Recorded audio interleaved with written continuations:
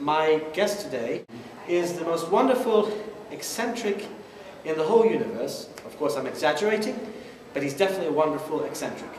Rob Lowe. Nice to have you. Very pleased. We've known each other for some time, and I decided that Rob Lowe would be my very first guest on my new series. He's an eccentric, and he's also a man who's worked in the IT, computer and technology sector since the early 80s. You studied where you actually reside at the present time. You studied nearby in Derby, because you know most Americans would say Derby because it's D-E-R-B-Y.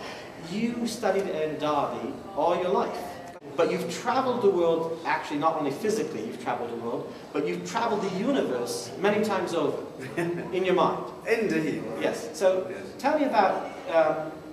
Because I said this is about the future. This show is about the future. But in order to get to the future, we have to have a little bit of an idea what the past has been about. Sure. In your past, did you, as a child, have a sense already at a very early age of what the future is going to be like? And were you right over the decades? Were your prognostications or were your predictions somewhat correct? Yes. At a very young age, at around about the age of 6, 7, 8, I had a vision of precisely what the universe contained and precisely what needed to be investigated within it. I was a very keen listener as a young child, and I could hear that people weren't quite understanding what was out there, and I got to understand that very quickly. I wrote a little book called more of a pamphlet when I was about 8, 9, and gave it to my sister and her friend to read. It ended up somewhere in the attic, I think. You still have it? It's somewhere. Don't you think you should perhaps dig it up? Perhaps you might be amazed to see.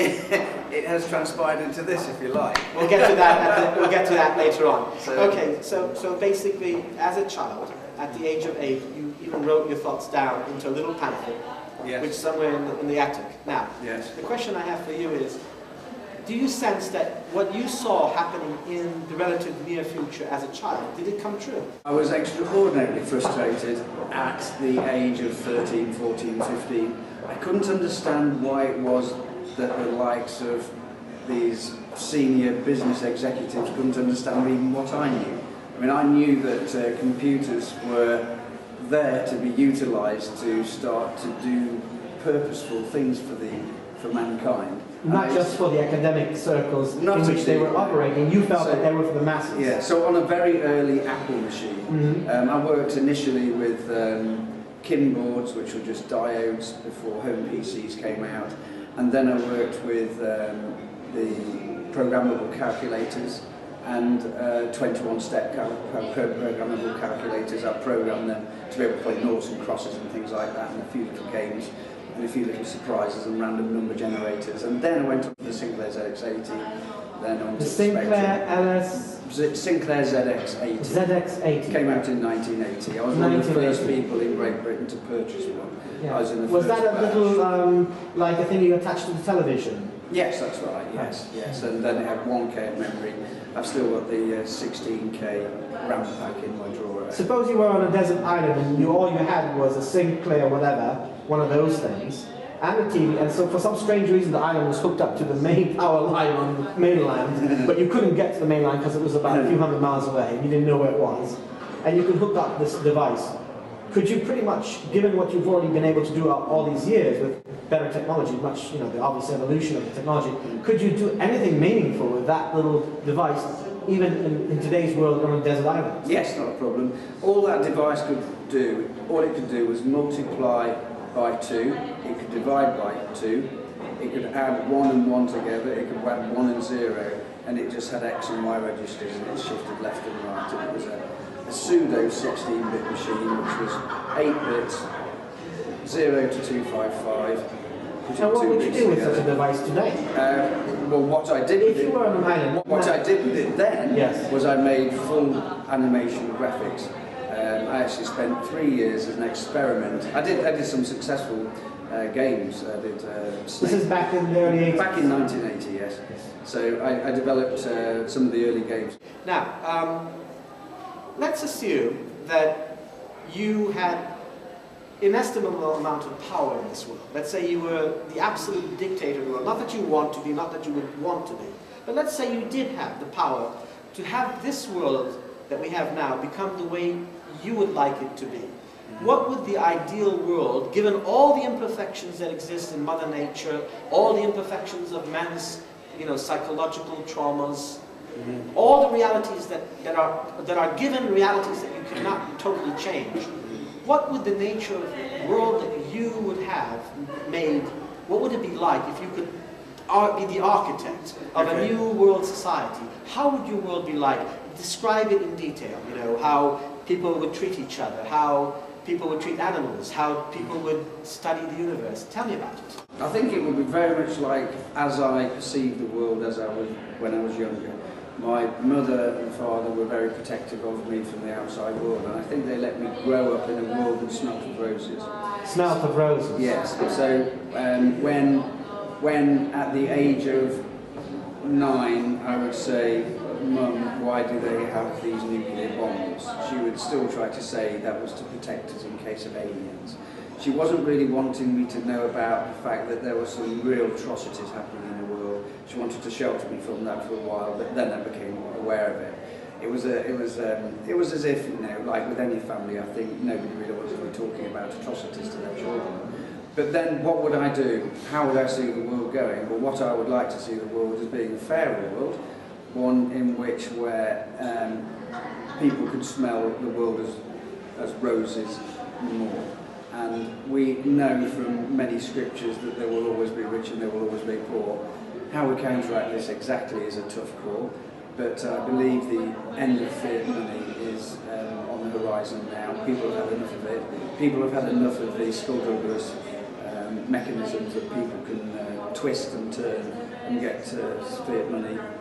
So you would end, what, currency and paper? Would there be coins? How would people do transactions? Would they carry huge stone wheels up and down an island shore and trade it off for seashells? It doesn't really matter. Trade? It doesn't really matter. In the future, I believe that there will be two sets of people which will be interchangeable. There will be those that are relaxed. Forgive me, I have to stop you. Yeah. You say in the future you think this will be, but how would you have it to be? Is that the same as you see Exactly as I see it to be. Okay, so you think it's going to happen, and this is how you would like it to happen. It is happening. It's a little bit like how we are now, if you don't mind me saying. We're sitting here with our mobiles off. We're in a relaxed environment. There is a relaxed environment for everybody in the world to live within. They switch off their mobiles, they turn off their PCs, they turn off their cars, they sit back and they relax, they turn off their TV. So you're not an enemy of technology, you're simply saying that technology has its time and place, but we need to have more time on face-to-face values. Absolutely. Right. And then, when we go to the office, that is when we switch on our mobiles, we go into the office. Or do we go to the office at all? No, or does the office come into our... Well, there are touchy-feely aspects to it, but no, holographic images are perfectly fine. How do you see robots in this? Robots. We know that the robots that, for example, the Japanese show on display, like Asimo, they're brilliant. They can perform music, they can hip-hop and dance and all kinds of weird things. But we also know they're not showing us the best of what they have. Yeah. They're reserving that for later, aren't they? Sure. We already have robots that could technically pretty much perform most of the physical work of all types of work that exist.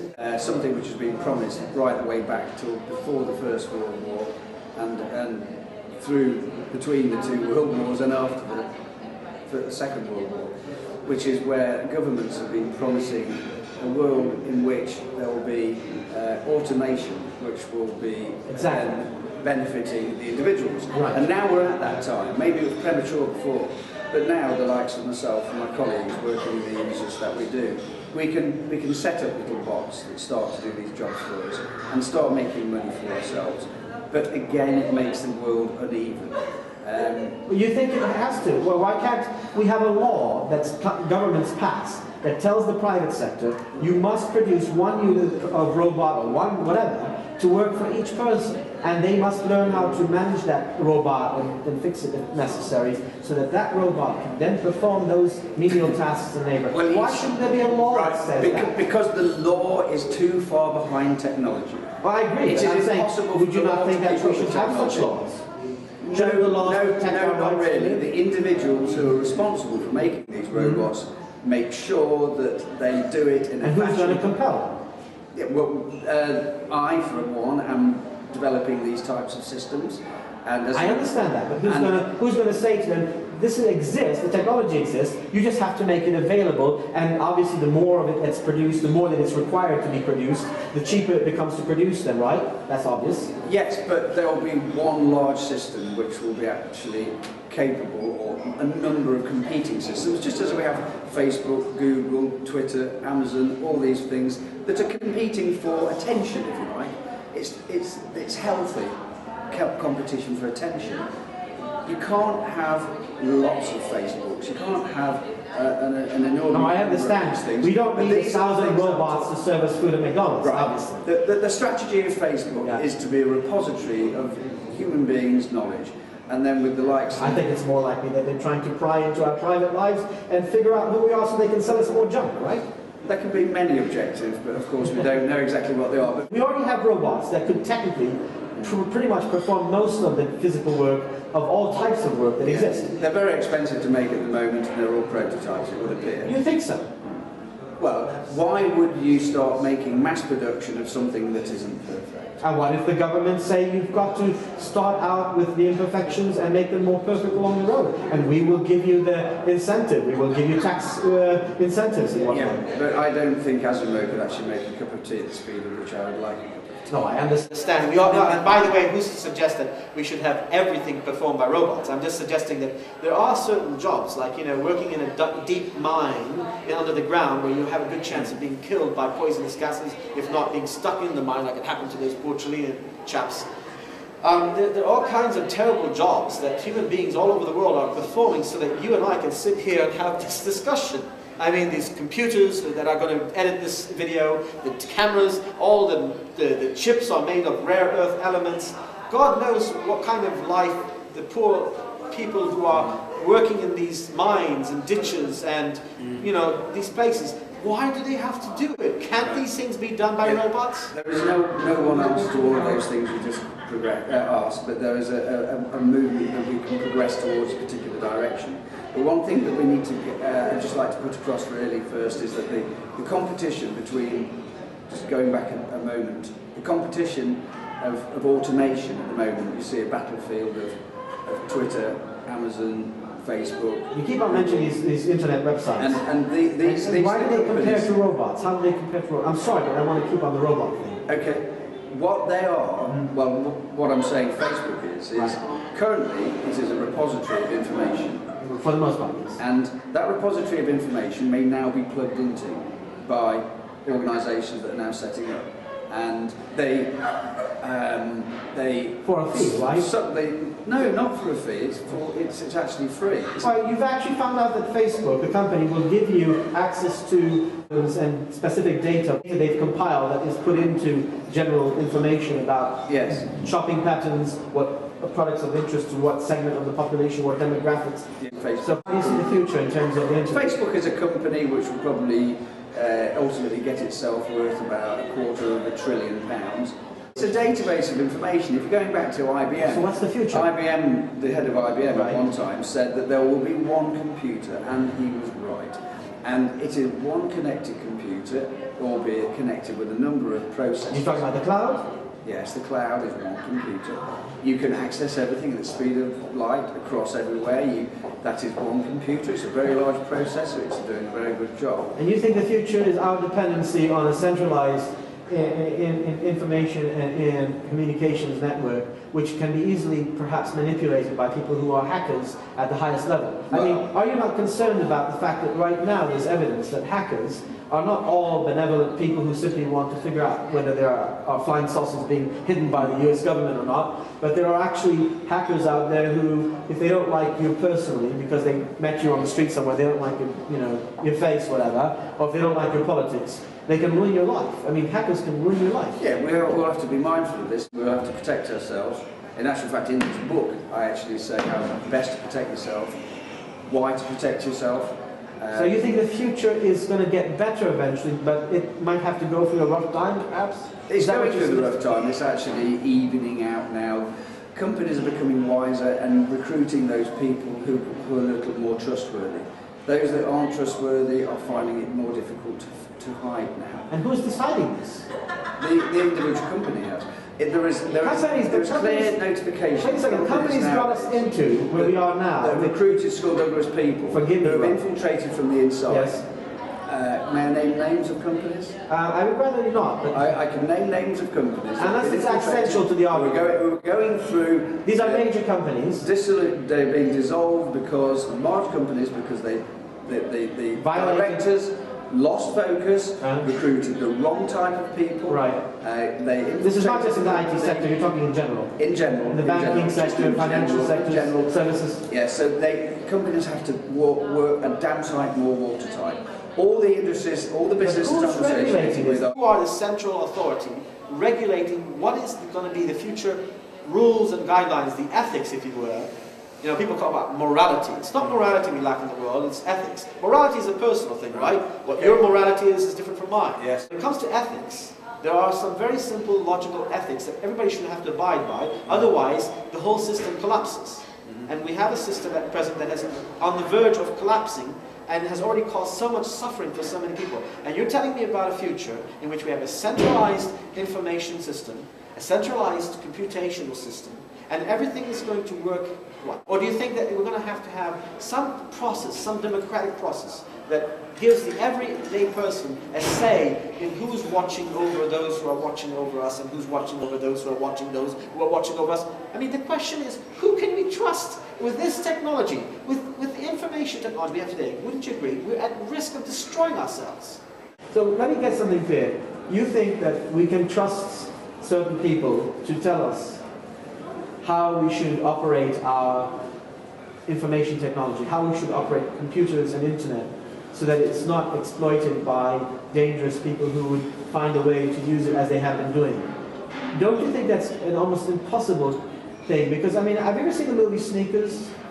Robert Redford and Ben Kingsley, and it's this computer technology, and they're both computer experts. And the whole idea is that they were both students at university specializing in computer technology, and they figured out that they could control the world if they could control the encryption systems, or if they could break into all encryption systems. And in the movie, this theoretical thing is that there's this box that is developed that can break into any encryption.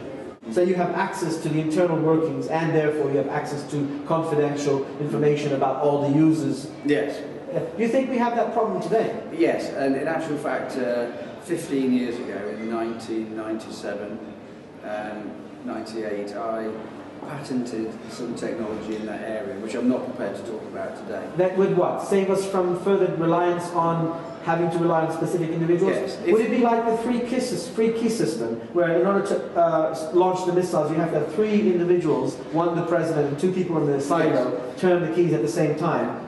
So you wouldn't rely on one person, you'd have at least some people involved. In my patent, I make reference to the United Nations to be in control. I think we're going towards a one world government situation, is what you're thinking. Undoubtedly.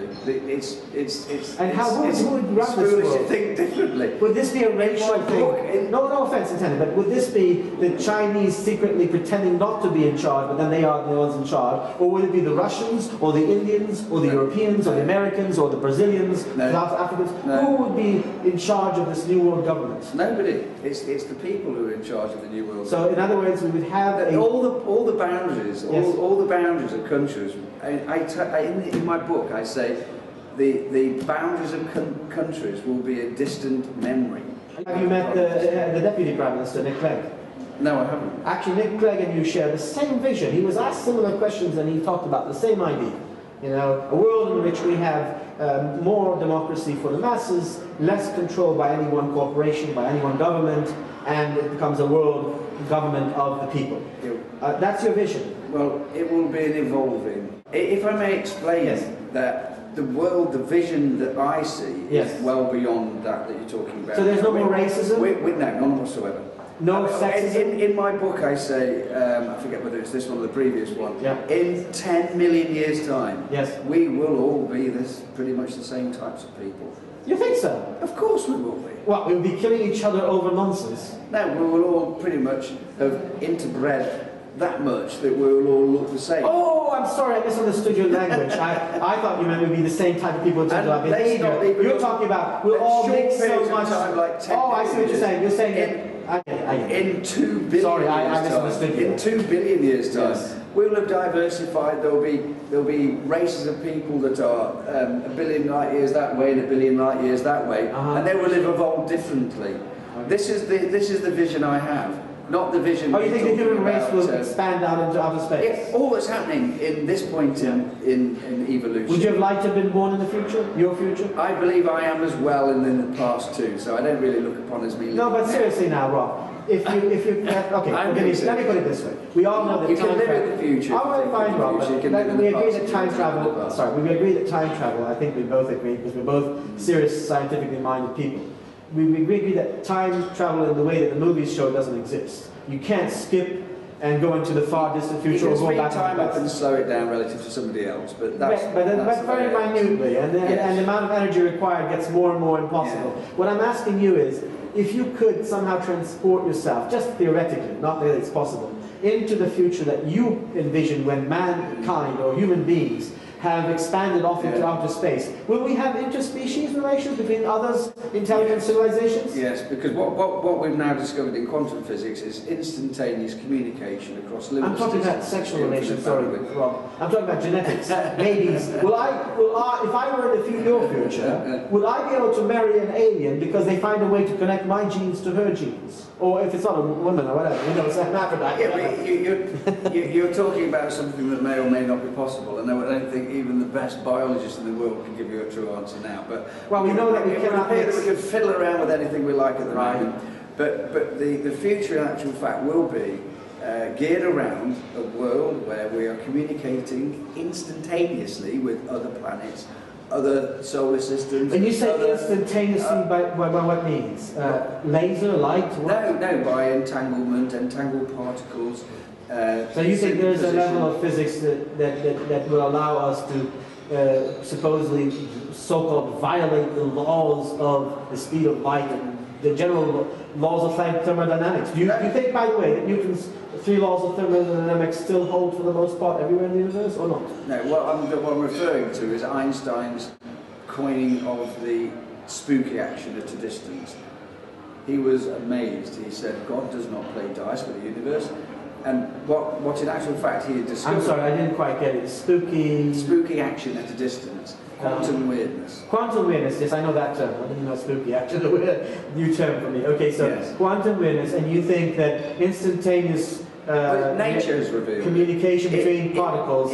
In my book I was very careful to say that I didn't invent instantaneous communication. Oh, obviously not. Across the limitless distance. I mean, not only would you be an eccentric, but you'd be, and not only are you a genius in some ways, but you'd be then truly almost God to say, if you knew all these things. So the way I had to phrase it within my book is to say how nature has revealed instantaneous communication across the limitless distance.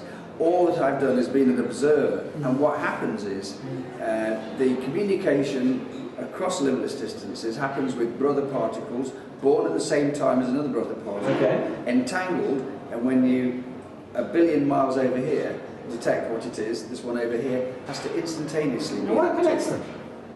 Nostradamus is famous for taking, as we understand, some kind of a copper basin, putting some kind of water, supposedly rainwater, some pure water, and late at night with candlelight looking into this water or some other liquid, who knows, and he was able to supposedly foresee future events, and then in order to protect his own life, he wrote these events in quatrains so that nobody could be too sure that he was right or wrong, so he couldn't be, so if somebody did accuse him of actually being a conspirator, not only writing the future but making it, like as in the king getting jousted to death. So what I'm saying is, he wrote things in a cryptic way, but still he meant it to be read later on, or is that just rubbish? Do you think that's possible? It's a bit like the JFK incident, where JFK lives his life, and his brother's name begins with a P, and so did this person's name begin with a P, and if you multiply his age by 10, you get the same age as this. No, I understand these weird coincidences. And all these things going on. And what has happened with Nostradamus, and I can tell you now for a fact, that there is a prize out for anybody who can prove any paranormal behaviour that's going on the paranormal things don't exist? There's a point in my book where I begin to make a correlation between the real world and paranormal activity. What do you define as paranormal? Paranormal activity is something which is being deduced not using the five senses that we have. So let's say we have a sixth sense, which is giving you information which is not obtainable by the normal five senses. Well, what about, what about the frequency? We now know that the brain emits radio frequencies. We now know that for fact. Animals do that. That's why fish, when they swim in quantum numbers, in large numbers, they know exactly when to move in different ways because they're all interconnected into one common grid reference brain. Flocks of birds turning. Our brains are connected in ways we are not aware of. Yes. So, like a dog can sense things because of that. And now we know that there's some factual basis to this. We don't know exactly how it works, but we know it exists. That's not paranormal, that's normal. And I struggle within this book, I must say, to actually talk about, is a thought visible to the universe? In that. To which universe? Are you saying this is a thought visible to the universe? Are you saying the universe is a conscious entity? The universe is a conscious entity. Are you part of that conscious entity? I am part of that conscious entity. Okay. Are you tapped better into that conscious entity than the rest of us? I feel pretty well tapped into it. Okay. Do you think someone like me, a journalist interviewing you, asking these audacious questions and being a little bit tough on you, do you think I can connect to this quantum universe of consciousness? It's just a little bit like when doing a jigsaw puzzle. At the beginning you can't really see what you're doing, and towards the end you've got the edge pieces done and the middle pieces are going in. Yes, you can see it. So do you know the exact mechanism by which you managed to gain this ability to connect to this conscious universe? You have to keep a crystal clear mind. How do you do that? Avoid what? Drinking alcohol too much or taking substances that are... No, that sort of stuff. I'm curious, you don't smoke, right? No. You don't imbibe? No. You used to imbibe, right? I've had the odd beer or two. Yes, I'm quite well known for my rugby antics in the past, which I'm quite proud of. But you don't do the heavy things. You don't do any of the dangerous stuff. Not at all. And you don't recommend that to anybody. Not at all. I agree with you. So basically, you're saying the ability to tap into this is what comes out of an intuitive connection you have to it. It's something that you have to discover on your own. Nobody can show you how. I have an inquisitive mind, and I'm in a world which I didn't realise quite what it was, and I had to search. There was a point in your life, a certain point, when a catharsis or some kind of major incident caused you to change your way of thinking. When did this happen? Yeah, I called it riding the wave. I think sometimes you lie in bed at night and you sometimes open your mind to the vastness of the universe, and sometimes people shut themselves off, cuddle their teddy, and rather go asleep and let that thought lie. No, I rode the wave. I explored. When did this happen? When did this happen in your life? I'm sorry. You've been around the sun. I need to say, you're how old or how young are you? I'm 50 this year. You'll be 50 this year. Big party in Derby. So the thing is, you're going to be 50 now. But at what point in your life, what year was it, and what events caused you at that point to come to this ability of, let's put it this way, becoming a truly, fully self-conscious and open-minded person? At what point did this happen? At what point? I would say there were a number of transition points. So it didn't happen at any one time? No, it was a progressive thing. But when did it start? When did the progression start? I would say the progression started at about the age 6, 7, 8, 9. Right. I must say a turning point was when I thought of the pattern that I'm referring to. The thought of that pattern actually sent my body shaking. Pattern? I'm sorry, explain. What do you mean by pattern? The patent that I did for which I don't want to disclose on this programme. And this was when? This was 15 years ago. Ah, so you had an idea 15 years ago. And the idea was such a massive wave of realisation of how the world could be a better place with this pattern. So you were 35 at the time. Yeah. Were you married? Yes, I was at the time. Children? Yes, 2 children. At that time? At that time. How old were they? How old were they then? Yes. Then there would be 4 and 2. So you basically, your early fatherhood had some effect on your thinking processes, I'm sure. I'm sure. Yes. Yeah. Would you say that maybe one of the best things, the best aspects of being a parent to a child, if you're a good parent, is that you learn so much from your children. Indeed you do. The naivety and the or the other way around. They're better connected because they're not polluted with all the nonsense that the world gives them, right? Indeed. Anyway, indeed, I agree with you emphatically. The thought suddenly that I was in control of a thought, and I'd come up with this thought that would ultimately make the world a better place, made me shake so hard. Really? I actually lay on the floor, and I did what I would say was close to levitation as I have ever done in my life. It was as if your state of euphoria was so strong that you tapped into some magnificent force. Yes, and I went like. Do you know you sound a little bit like, no offense intended, but you begin to sound a little bit like those evangelist priests who say, I've discovered, hallelujah, I've discovered Jesus. Yeah, I'm fully aware of all that kind of stuff. But you haven't. But you haven't discovered Jesus. Well, not in that way. No, I'm not talking about it. Now let me put it this way. Suppose you were right now at the United Nations General Assembly, talking in front of all the representatives of all the countries of the world, including some special guests from all over the world, including some of the top scientists. Let's say you had that opportunity. Off the bat right now, just more or less, what would you tell them, please? I would say to them, what they need to be focusing upon is the well-being of all the countries of the world, making sure that all the countries of the world are treated evenly, that there is categorically no difference between a poor person in the back streets of beyond and the higher echelons of the society in New York. They cannot be treated any differently. With that in mind, how do we get there? We get there by having clear, open minds, crystal clear thought, everyone focusing on multi-million year strategies, not 4-year strategies, where people are struggling. People are fighting to get in power and vote for me and I'll shut that tip that's just been purchased 2 years ago by my predecessor.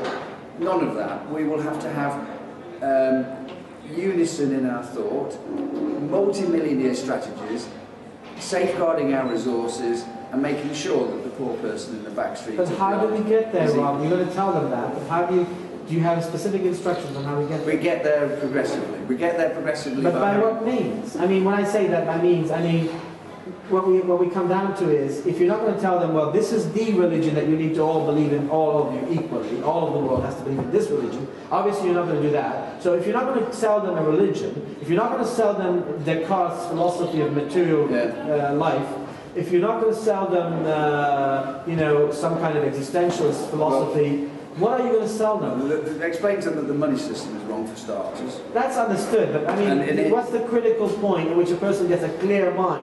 Because you said just now, you're going to tell them that people need to think clearly, they need to open their minds and all that. How are they going to achieve that? By what method? By what meditation? By what are they going to meditate on? Right, okay. They can meditate upon numbers. And that anybody can see that anybody with a great idea will all of a sudden become wealthy, right? There's no harm in that. So long as that wealth is evenly distributed, that person at the pinnacle of that wealth can still benefit the wealth. In fact, it happens to this day, because one interesting comment I had about my book was, a chap read the chapter called The Mystery of Money, and he said, it's no mystery. And I said, oh, actually, you're right. It isn't a mystery. It's really, the chapter should really be called Everything About Money in its Complications and perhaps where it should be going in the future. Fiat money is creating money from nothing. So when you go to the bank, a lot of people, 99% of people, think they're going to the bank and they're drawing £10,000 out as a loan. They think they're borrowing money that somebody else has invested. That is not the case. That used to be the case. It used to be the case. What they do is just, they automatically, electronically produce money out of thin air. Of course they do. We have about 7 billion of us on this planet. Do you think that this world can truly sustain such a large population? Not to mention resources materially, but what about the psychological dimension of it? Okay. The idea that you're born in China or India, and you're just 1 in a billion point some people. Let me explain. Imagine what that must feel like. Yes. I'm sorry, you were born here in England. You have a name, you have a reputation, you have friends and colleagues, and you are somewhat well known in certain circles. Now, if you had been born in India or China with the same general personality characteristics that you have, or I should say, if you had developed the same basic personality, the chances of you getting the kind of percentage of popularity and knowledge, people knowing about you, I should say, would be far less, right? Because you're competing with more people, right? As I understand it, it was a little bit more difficult, but that wasn't my intention in the first place. What's not your intention? Well, the fact that I'm known for my books and my ideas has come about of the drive that I have to get to. No, I understand that, but I'm saying that the odds of you succeeding in a population of 65 million or 62 million of being who you are much greater than the odds of a similar person born in India or China where there are a billion point some people. Mm-hmm. Yeah. Right? Isn't that true? Yeah. So how do you feel for those people who didn't have the same opportunity? What does that mean for the world? That we have a world in which we have 7 billion some people and we're heading towards even more, and we already cannot provide properly for at least 30% of the world's population. Yeah, well, this goes back to exactly what I was saying about the parameters. Okay. So we have, let's say, a million parameters that feed into the responsibilities of the United Nations. So let's say one more person is born in India. Okay, what balance does that make? A field in Vietnam is now planted with rice instead of turnips. Okay, what are the implications of that? Throughout the whole world. The Chinese, so you say a Chinese was born? One Indian? One Indian person. And then they have a field in Vietnam with rice. Yes. What's the connection? Well, do Indians eat Vietnamese rice? I thought they eat their own rice. Yes, but it will have a knock-on effect. Okay. And so, how so does the birth of a person in India have a knock-on effect on a rice field? And I'm not saying it doesn't, but how does it have a knock-on effect on a rice field where it's a rice field not in Vietnam? Well, it should have a knock-on effect. Because no, it does. It does, but how? How? It's not obvious, is it? No, well, it's not, but to me it is. It's dead simple.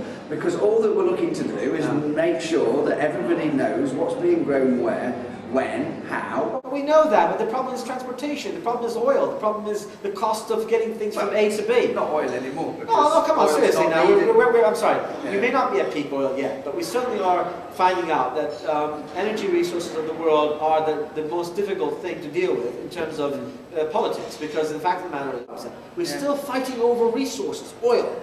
These wars have been partly because of oil and partly because of ideology involved in this competition for resources and the ideological differences between nations and the abuse of human rights by certain nations and whatnot. And then also add to that the fact that there are crazy extremist people in all communities who are trying to harm the rest of us. Yeah. So we're dealing with a world where there's a limited number of resources, a limited world with a population that's becoming unlimited. Yeah. At some point, something's going to break, right? Yeah. Well, how do we stop that? Maybe a little bit of education here and there, but let's not worry about that for the minute. So education is the key, as you say?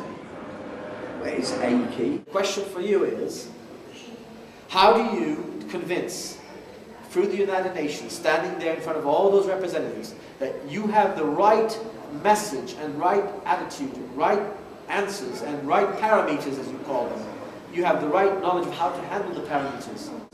So that they can work in a way that nobody has to ever again compete for resources against another person, another country, and everybody can cooperate. How do you get to that point? Yeah. Well, there'll be an equilibrium point. Yeah. There will be an equilibrium. But how do we get there? Well, quite easy. With a relatively sophisticated computer program could handle this, and it could be put sophisticated computer. It could be put together quite quickly. Have you done such a program, or have you an idea of how it would be done? Easy. Yes. You do. Yes. And why don't you do it already?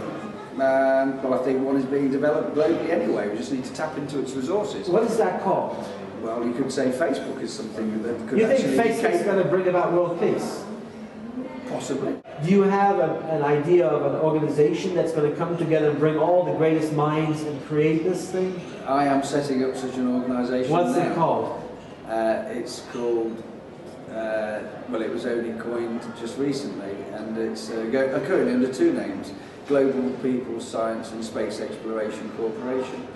Now, the word corporation implies that it's going to be something which is has to have its own money, as opposed to being dependent on charitable contribution. Exactly. So it's not a non-profit; it's going to be a profitable organisation. And it's being fed by those people who are interested in that thing. There are too many people who are unhappy that the government are providing money to space exploration when the people are starving. I understand. So you are suggesting a private sector solution for the world. Private sector solution. And you don't believe that government can be trusted for anything? No, it's not trust. It's that they can't afford to at the moment. They can't proceed to do it. Oh, they can't. Okay, that's true. I've given enough away in my book. So in this book, you've already revealed what? 90% of what you know. Instantaneous communication across limitless distances. No, I'm not talking about that. In this book, did you reveal the technology that will save the world? I've alluded to it. You've alluded to it. But you don't want to reveal all of it, but you want to have this corporation then put it into some form that can be sold to governments of the world. Well, how are you going to convince the governments to buy into this? It will be a no-brainer for them. So if you have enough money, you'll buy enough machine guns, you go right to their offices and say, hey, you better consider my idea or else we're going to have to shoot. No, they'll be coming with I'm just joking. They'll be coming with machine guns to burst the doors down to come and find me to implement it, perhaps. The opposite way around. They're going to want to force you to implement it. I doubt that. Okay, Rob, it's been a wonderful pleasure, actually, interviewing you. I do think that, like many of the great visionaries of our time, you really do have some specific ideas that can really help the world. So I'm convinced of that. What I'm not convinced of is that you alone have the answer. I think that it's going to take a few of us together, yes. I do think so. It's been a pleasure. Is there anything last that you'd like to say in closing to the audience? I think, I think all that everybody needs to do is to look out for those things that I've been saying and to look forward to a rosier future. And if we can all pull together and make the world a better place, then we've all done our job here. And this book? Yeah, I thoroughly recommend it. It's your book? Yes. How would you describe this book in about a sentence? What is it? For all those things you've been thinking about whilst tossing and turning in bed at night, it puts answers to this and also shows how we've got to be very careful with the world, and it also shows a little bit about the future too. Does it have any pictures? 7. Yeah, we have a nice picture here which is showing how at home you could actually get entanglement operating. You can get entanglement operating on your kitchen table. On your kitchen table. Well, I certainly am going to be interested in looking into that. I know that this book is going to be much wanted simply because, if for anything, it really has a fantastic title. Thank you. And it has some real gems of knowledge in it, and some gold nuggets of wisdom